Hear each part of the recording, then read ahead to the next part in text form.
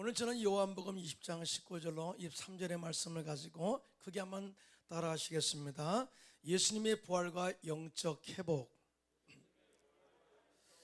저는 오늘 예수님의 부활과 영적 회복이란 제목으로 은혜의 말씀을 나누고자 합니다. 예수님께서 사망 권세를 이기시고 부활하셨습니다. 크게 아멘 할까요? 예수님께서는 십자가에서 마귀를 멸하셨고 우리들을 죄와 저주에서 속량하셨고 죽은 우리를 살리셨죠. 또 그리고 장사 지낸 지 3일 만에 사망 권세를 이기시고 부활하셨습니다. 이거는 엄청난 하나님의 역사요, 또 하나님의 살아계심의 증거인 줄로 믿습니다. 성경에 보면은 예수님께서 십자가의 죽으심으로 끝났다면 우리에게는 소망이 없을 것이다 라고 사도 바울은 그렇게 고백했어요. 고린도전서 15장 17절로 20절입니다. 시작. 그리스도께서 다시 살아나신 일이 없으면 너희 믿음도 떼고 너희가 여전히 죄 가운데 있을 것이요, 또한 그리스도 안에서 잠자는 자도 망하였으리니 만일 그리스도 안에서 우리가 바라는 것이 다만 이 세상의 삶뿐이면 모든 사람 가운데 우리가 더욱 불쌍한 자이리라. 그러나 이제 그리스도께서 죽은 자 가운데서 다시 살아나사 잠자는 자들의 첫 열매가 되셨도다. 아멘이죠. 다시 말하면 예수님께서 사망 권세를 이기시고 부활하셔서 모든 이 믿는 자들의 첫 열매가 되게 하심으로 말미암아서 죽은 영혼을 살리셨고 영원한 생명을 우리에게 허락하셔서 미래의 희망과 천국의 소망을 가지고 살게 하셨다. 여러분 믿으시면 손 들고 아멘 하시기 바랍니다. 특별히 오늘 제자들이 부활하신 예수님을 만났어요. 그때 놀랍고 또한 놀람 그 자체로 끝난 것이 아니라 그들의 삶 가운데 엄청난 변화와 은혜를 경험하게 되는 것을 보게 됩니다. 우리 역시 제자들처럼 부활하신 주님을 만남으로 영적인 은혜를 회복하게 원하고요, 또 하나님의 놀라운 영적 변화와 능력을 경험하는 복된 시간 되시기를 예수님의 이름으로 축원합니다. 그러면 부활하신 주님을 만나면 어떤 역사를 경험하게 될까요? 첫째로 영적 자유함과 사명 회복의 은혜를 경험하게 되는 줄로 믿습니다. 크게 아멘 합시다. 오늘 본문 요한복음 6장 19절 20절입니다. 시작. 이날 곧 안식 후 첫날 저녁 때에 제자들이 유대인들을 두려워하여 모인 곳의 문들을 닫았더니 예수께서 오사 가운데 서서 이르시되 너에게 평강이 있을지어다. 이 말씀을 하시고 손과 옆구리를 보이시니 제자들이 주를 보고 기뻐하더라 라고 증언하고 있어요. 이 본문의 말씀을 한번 자세히 이렇게 바라보면 그들의 영적 상태가 아주 어떤 상태가 있었는지, 얼마나 그들의 환경에 눌려 있었던지, 또 생명을 보존하기 위해서 유대인들을 두려워하고 문을 닫았던지 엄청난 불안한 모습을 볼 수가 있습니다. 사실은 제자들이 예수님을 따랐던 이유는 딱 한 가지죠. 예수님께서 장차 왕이 되시면 이스라엘을 로마의 압제로부터 그들을 구원해 줄 것이다라는 기대를 가지고 살았어요. 또 그렇게 따랐죠. 그런데 예수님께서 유대 지도자들과 로마 군대의 권력 앞에 맥없이 잡혀가시고 무기력하게 십자가에 매달려 돌아가신 것을 보고 큰 충격을 받은 것입니다. 제자들은 3년 반 동안이나 예수님을 따라다니면서 제자 훈련을 받았어요. 그리고 사도로 칭함받는 이 훌륭한 그 직분을 받은 자였습니다. 그럼에도 불구하고 그들의 기대가 무너지니까, 예수님께서 십자가에 달려 돌아가시니까 그들의 기대가 무너지니까 그들이 힘이 빠져서 영적으로 침체되고 억눌려 있는 상태가 되었다.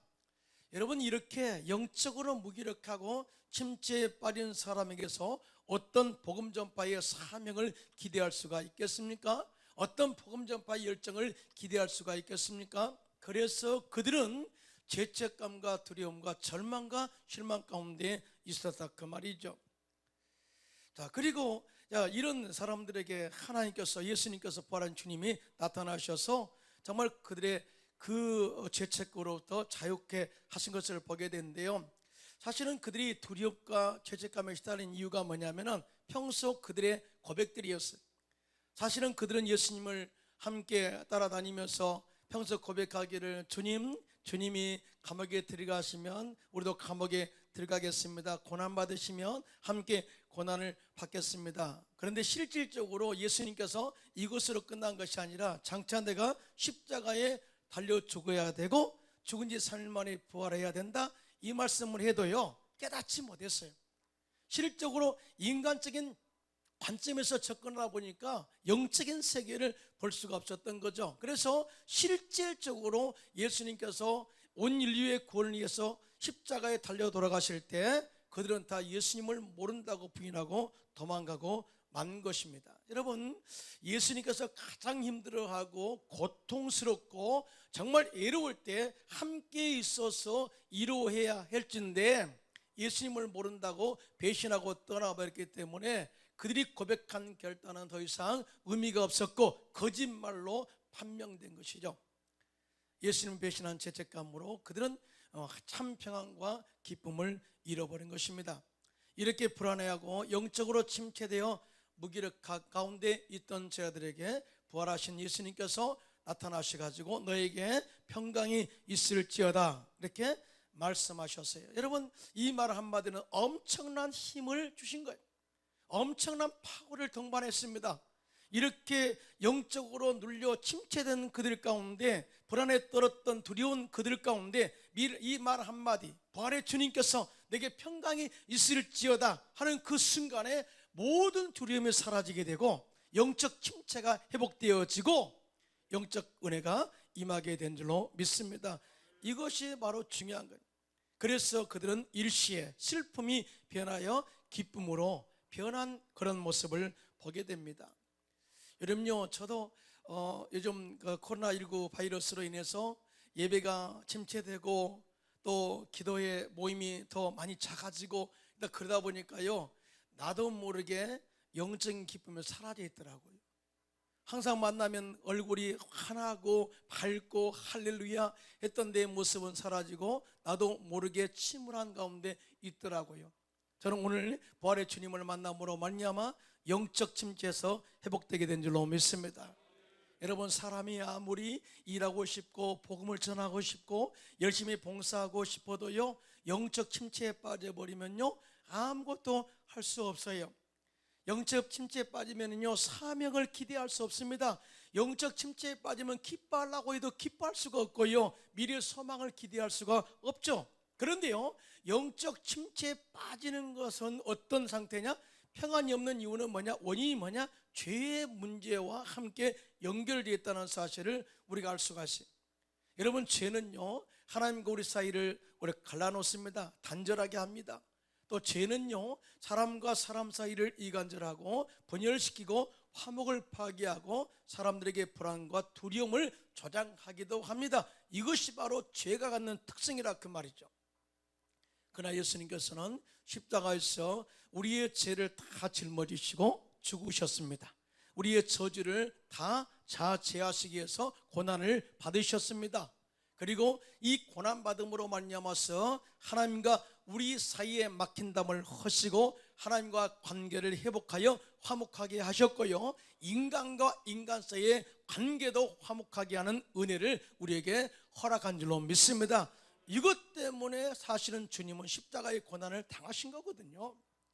이에 대해서 로마서 5장 10절로 11절입니다. 시작. 곧 우리가 원수되었을 때에 그의 아들의 죽으심으로 말미암아 하나님과 화목하게 되었은즉 화목하게 된 자로서는 더욱 그의 살아나심으로 말미암아 구원을 받을 것이니라. 그뿐 아니라 이제 우리로 화목하게 하신 우리 주 예수 그리스도로 말미암아 하나님 안에서 또한 즐거워하느니라. 아멘. 사랑하는 성도 여러분, 오늘 부활의 주님을 만남으로 말미암아 하나님과 화목하게 되기를 축원합니다. 영적 침체에서 회복되기를 축원합니다. 잃었던 기쁨이 회복되기를 축원합니다. 슬픔이 변하여 노래가 되기를 예수님의 이름으로 축원합니다. 사실은 우리가 하나님의 사랑으로 하나님과 또 화목한 그런 은혜를 입게 되잖아요. 그러면 이런 이 사랑과 화목을 가지고 많은 사람들을 주께로 인도하고요, 하나님과 사람 사이의 화목의 중보자로 우리가 쓰임받게 된 것을 볼 수가 있어요. 고린도후서 5장 18절입니다. 시작. 모든 것이 하나님께로서 났으며 시작. 그가 그리스도로 말미암아 우리를 자기와 화목하게 하시고 또 우리에게 화목하게 하는 직분을 주셨으니 그랬습니다. 여기서 직분이란 말을 한번 잘 생각해 보세요. 왜 하나님이 우리를 이 하나님과 화목하게 하셨는가? 그 이유는 우리가 하나님과 화목한 그 은혜를 체험한 자로서, 그 슬픔에서 기쁨을 회복한 자로서, 정말 죽음에서 생명을 경험한 자로서 이제 죽음 가운데 있는 자들을 직계로 인도해서 하나님과 화목하는 그런 사명의 회복이 있기를 원한다는 메시지를 주고 있거든요. 성경에 보면은요, 오늘 부활하신 주님이 제자들을 만났어요. 그런데 제자들은요, 죄책감으로 영적 침체에서 회복되었어요. 그런데 예수님은 그것만을 위해서 오신 게 아니에요. 이 주에 보니까 그 이유는 그 다음에 말씀 보면 정확하게 주님이 제자들을 만난 이유가 있는데 영적 회복이고요, 또 사명감 회복인 줄로 믿습니다. 사명 회복. 오늘 본문 요한복음 20장 21절입니다. 시작. 예수께서 또 이르시되 너에게 평강이 있을지어다.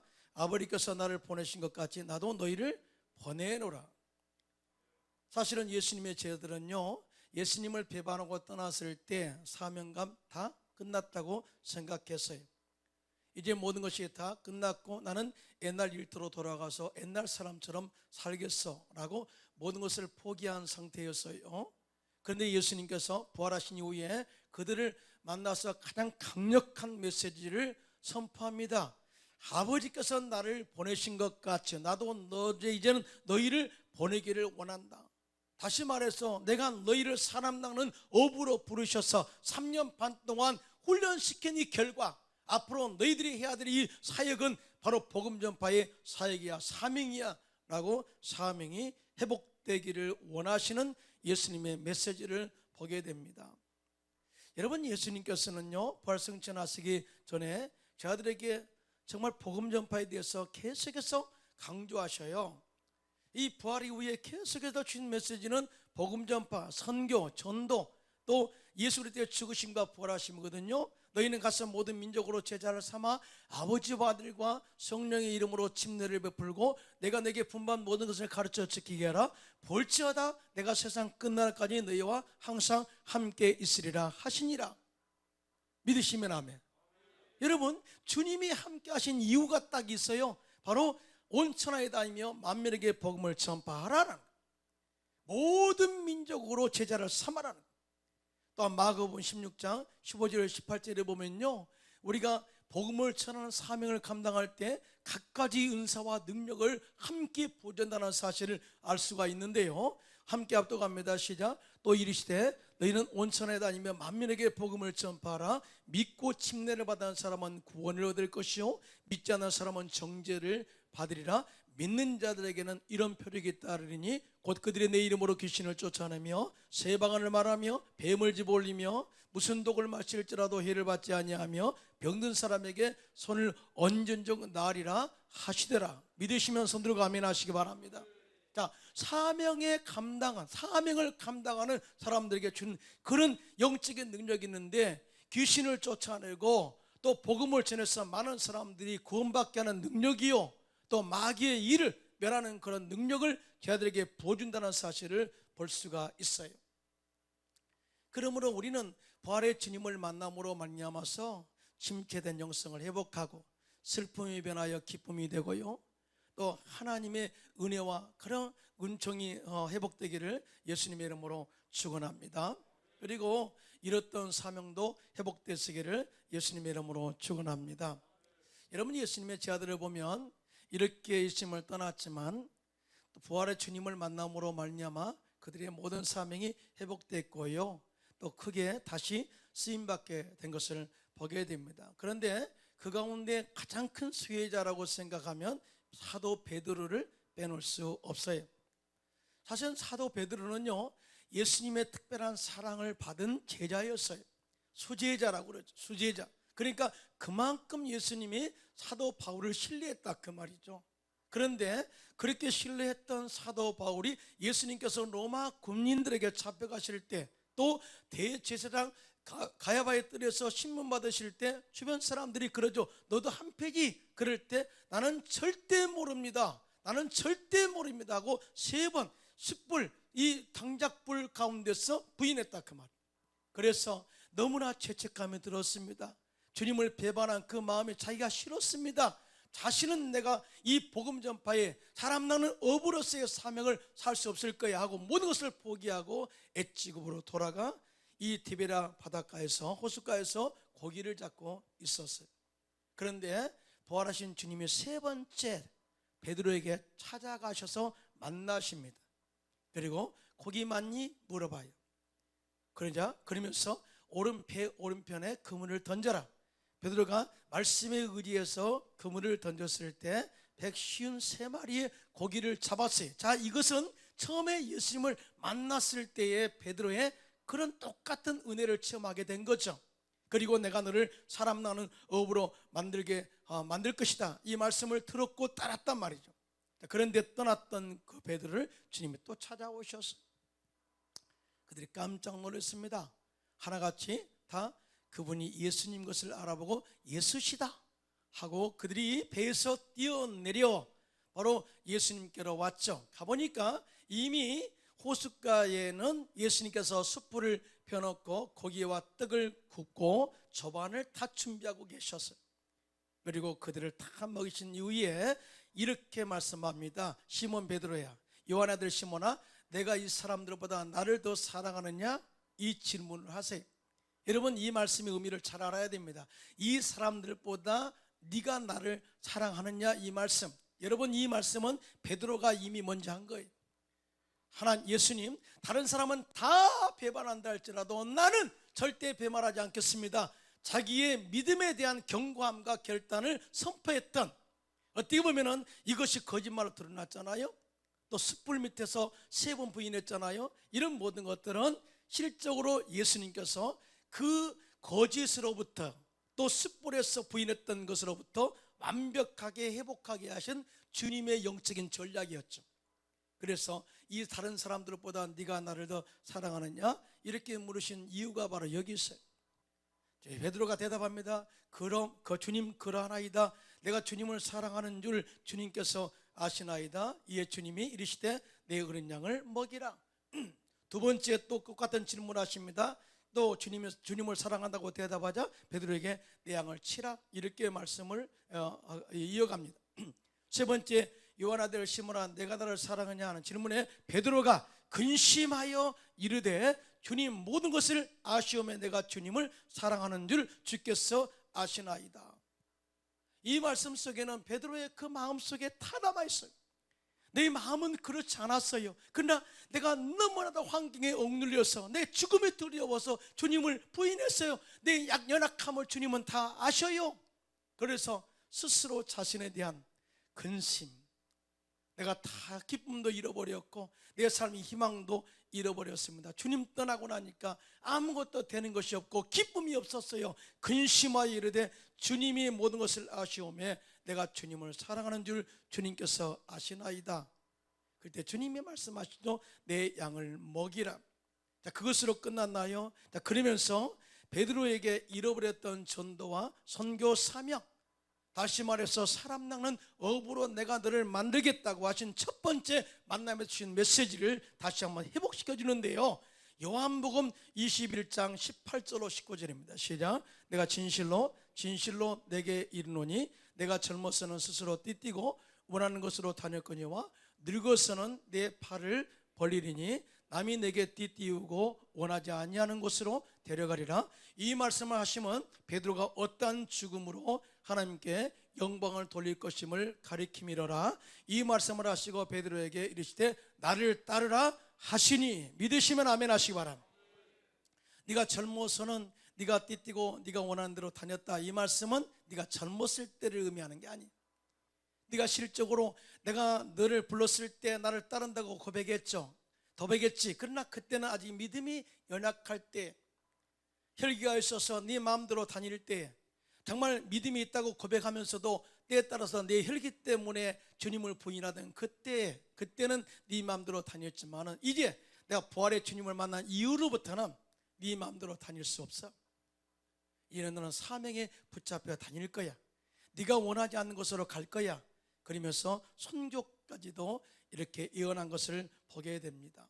여러분, 베드로가 이 예수님을 만나 이 말을 들었을 때 큰 짐이다 그렇게 생각했을까요? 아니죠.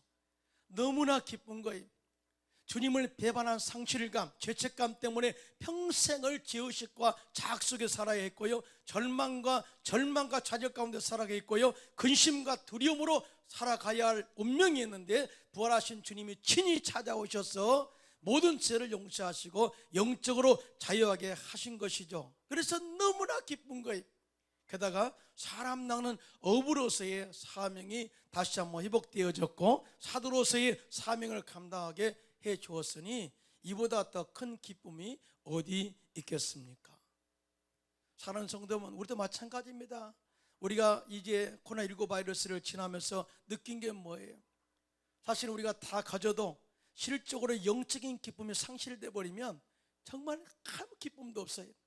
주님과의 관계가 끊어져 버리니까요, 예배가 회복되지 않으니까요, 정말 기쁨도 사라지더라고요. 사실은 저요, 얼마나 얼굴이 밝고 기쁜 사람이었어요. 그런데 아주 슬픔이 가득 차 있더라고요. 내 얼굴이 아니더라고요. 그러나 오늘 하나님께서, 우리 예수님께서 우리를 만나심으로 말미암아 침체된 영성이 회복되어지고 또 슬픔이 변하여 기쁨이 되고 영적 회복 역사가 임하게 되기를 축원합니다. 뿐만 아니라 두려움이 사라지고 또 사명이 회복되는 은혜가 있기를 예수님의 이름으로 축원합니다. 사도 바울도 주님을 만났을 때 다메섹 도상에서 주님을 만난 이후에 사명에 집중해서 단 것을 보게 되는데요, 사도행전 20장 24절입니다. 시작. 내가 달려갈 길과 주 예수께 받은 사명 곧 하나님의 은혜의 복음을 증언하는 일을 마치려 하면은 나의 생명조차 조금도 귀한 것으로 여기지 아니하노라. 아멘. 그러니까 부활의 주님을 만난 사람은요, 사명이 회복되어지고 실적으로 자신의 생명에 대해서는 다 주께 맡기고 나가는 것을 보게 됩니다. 전생에 의하면요, 베드로는 복음을 전하다가 예루살렘에서 잡혔다고 그래요. 그리고 그가 생각하기를 나는 예수님처럼 올바로 십자가에 달려 돌아갈 수 자격이 없어. 그래가지고 그는 스스로 나는 거꾸로 십자가에 매달아 주세요 하고 해서 거꾸로 십자가에 매달려 순교했다고 전해지고 있습니다. 우리 역시 부활하신 예수님을 만남으로 인해서 코로나 바이러스로 인해서 영적으로 침체된 영성을 회복하시기를 축원합니다. 기쁨을 회복하시기를 축원합니다. 그리고 죄책이 있다면 그 영적 자유함을 회복해서 영적 기쁨과 사명을 회복해서 선교 사명을 감당하시기를 예수님의 이름으로 축원합니다. 둘째로, 부활의 주님이 우리에게 다가오면 성령 충만한 능력을 받게 되고 사명자로 쓰임을 받게 되는 것을 보게 됩니다. 믿으시면 아멘.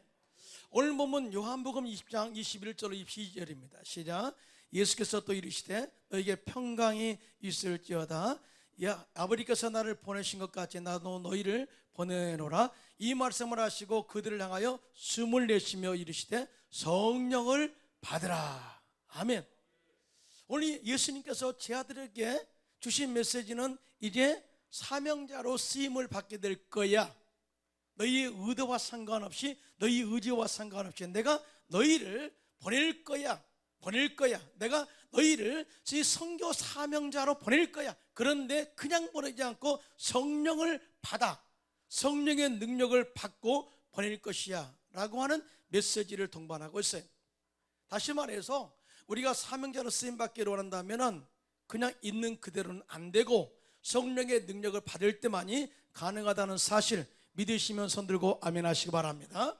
여러분, 구원받는 것은 우리 힘으로 되지 않아요.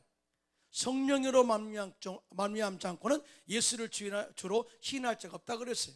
성령의 간섭하심과 인도하심 속에 우리가 주님께로 우리가 나왔고요, 예수를 구주로 시인하는 것도 성령의 도우심으로 임하게 된 줄로 믿습니다. 내주하시는 성령이 그렇게 하신 거예요. 그런데 이제 내주하는 성령으로 그냥 끝나는 것이 아니라 성령 충만해서 성령의 능력이 흐르도록 채울 때만이 사명을 감당할 수가 있다는 것을 재차 말씀한 거예요.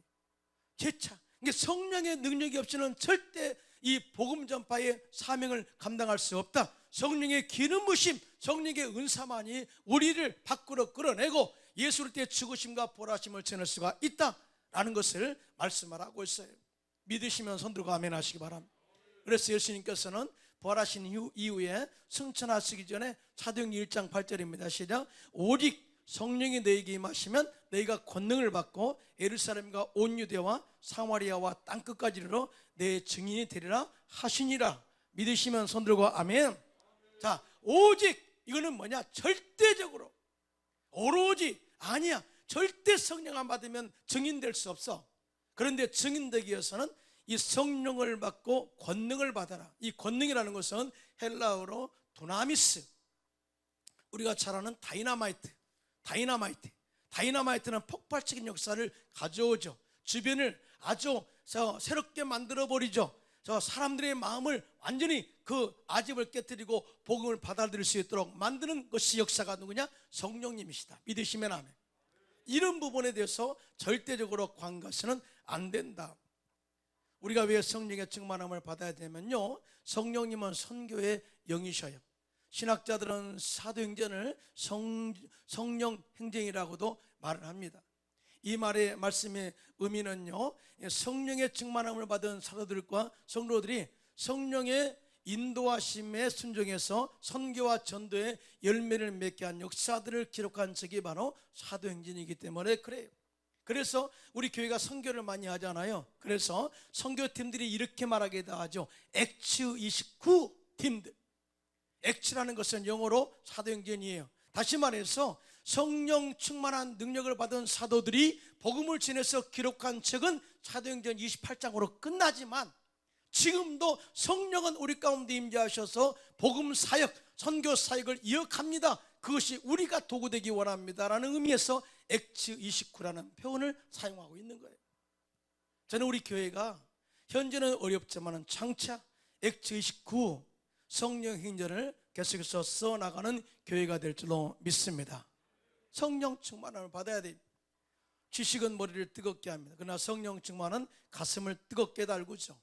지식은 사물을 명철하게 판단하고 평가하게 하지만 성령 충만은 뜨거워진 가슴으로 복음을 행동으로 전하게 합니다. 성령은 선교의 열정을 불타오르게 합니다. 그래서 성령 받으면 나가서 복음을 전하지 않으면 견딜 수 없는 마음을 주신 이유가 바로 여기에 있어요. 또 성령으로 충만하면 말씀의 지혜를 허락하셔서 말씀을 강력하게 전하게 되고요, 병자가 치료 안 받는 역사를 이루게 되는데요, 20세기 초반에 성령의 능력으로 수많은 병자들을 치유와 또 기적으로 놀라운 부흥을 일으킨 스미스 위길스워스 목사님이 계셔요. 그가 인도하는 집회에서는 수많은 병자가 눈을 뜨고 말 못한 사람이 말을 하게 되고 휠체어 탄 사람이 일어나게 되고 또 뿐만 아니라 죽었던 사람들도 일어나는데요, 무려 20명이나 된다고 간증하고 있습니다.